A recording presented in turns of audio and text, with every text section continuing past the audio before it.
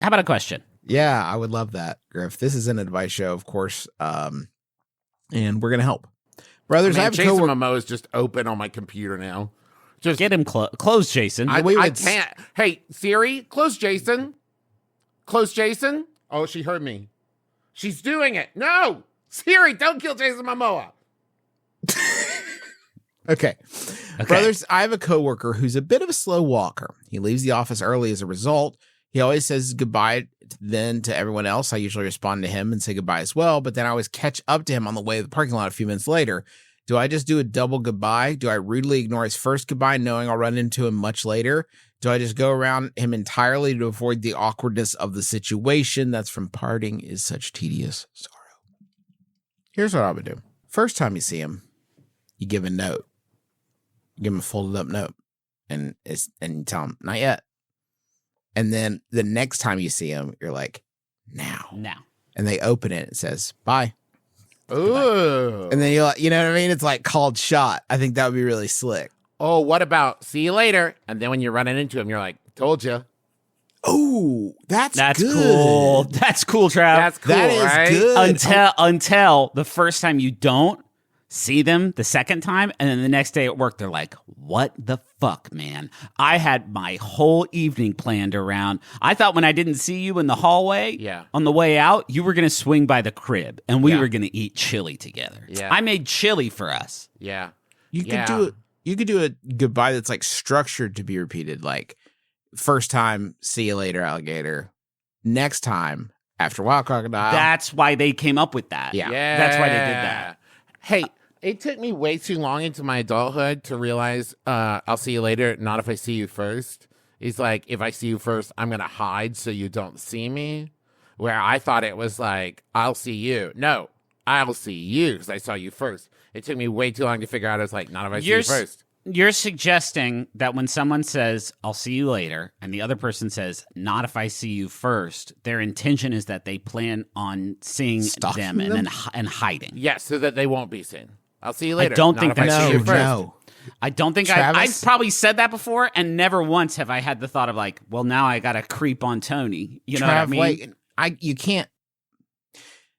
Is this a bit, Trav? Because you can't think that that's what that very common expression means. Is that I'm not saying that's what it means now. See me, but this is like when you say bless you and someone sneezes, and it used to mean like because your demons will escape. I just think it's from like corny uncles from in the 50s, like coming up with like in the 20s, back when like that was a really bit funny. I bet the first time somebody did that, everybody was like, what did you say? Not if I see you first? Fuck, that's funny. But my reference point for it is like movies, right? Where it's like two combatants, two opposing rivals who are like, I've see you never later. heard this. Not if I see you first.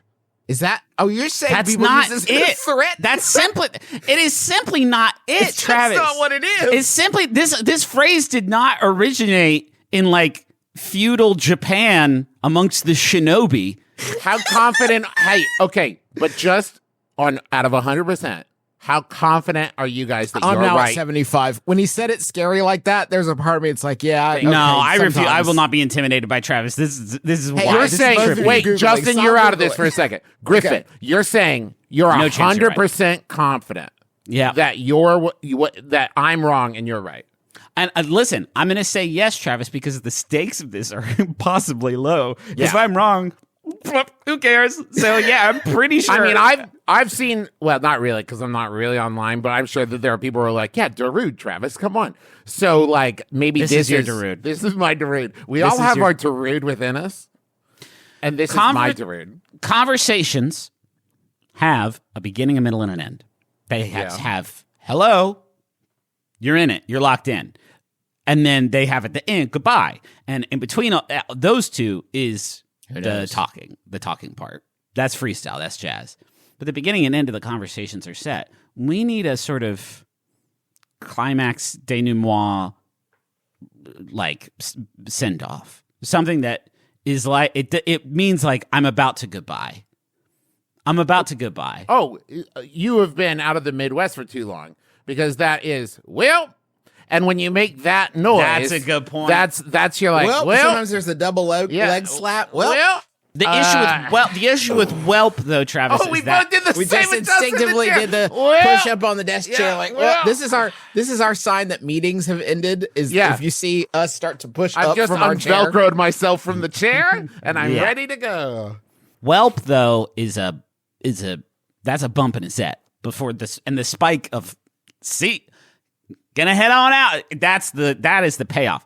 I'm saying we need something that can work on its own, but also can be a preface, a prequel for Goodbye. So not just like I have run out of things to say, like saying that out loud.